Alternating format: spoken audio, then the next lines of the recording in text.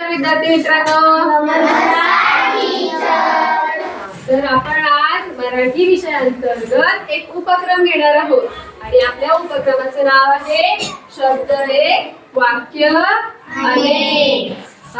तर मग मी तुम्हाला एक शब्द देणार आणि त्या शब्दावर आधारित तुम्ही मला एक एक वाक्य सांगायचं आहे, बरोबर.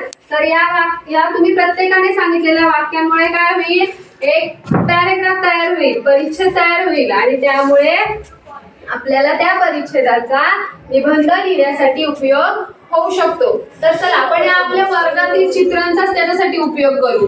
हे कशाचं चित्र आहे रे? झाड. मग आपण आपल्या या वाक्यांसाठी झाड हा शब्द घेणार आहोत. कोणता शब्द? झाड. तर या झाड या शब्दावर आधारित तुम्ही मला प्रत्येकाने काय सांगायचं, एक एक वाक्य सांगायचं आहे. तर चल सांग करायचं, सांग तू वाक्य. झाडे आपले मित्र आहेत.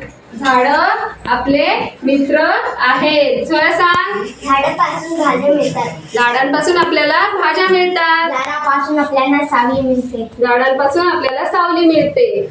झाडांपासून आपल्याला फूल मिळतात. झाडांपासून आपल्याला फुलं मिळतात. झाडापासून आपल्याला हवे मिळते. झाडांपासून आपल्याला हवा मिळते. सानवी सांग.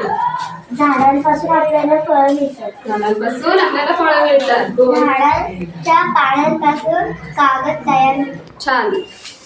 अंकिता. झाडांपासून आपल्याला ऑक्सिजन मिळतो. झाडांपासून ऑक्सिजन मिळतो, बरोबर. सांग सिद्धी. झाडांपासून सजीवांना अन्न वस्त्र निवारा मिळते. Very good. सांग आरुषी.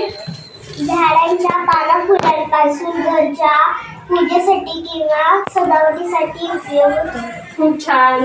सांग आतिफ. झाडापासून पाऊस छान मिळतो. झाडांमुळे पाऊस छान पडतो.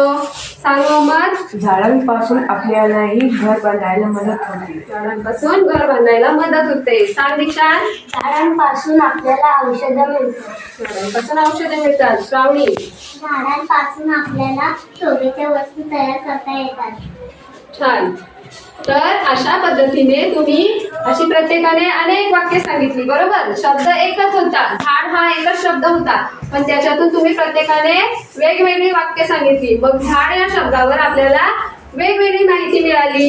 अशा वेगवेगळ्या माहिती एकत्र करून प्रत्येकाची सांगितलेली माहिती आपण जर एकत्र केली तर त्या झाड या शब्दावर आपण काय लिहू शकतो, निबंध.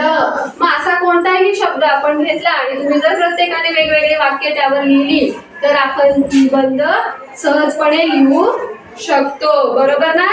आता जमणार ना पुढे.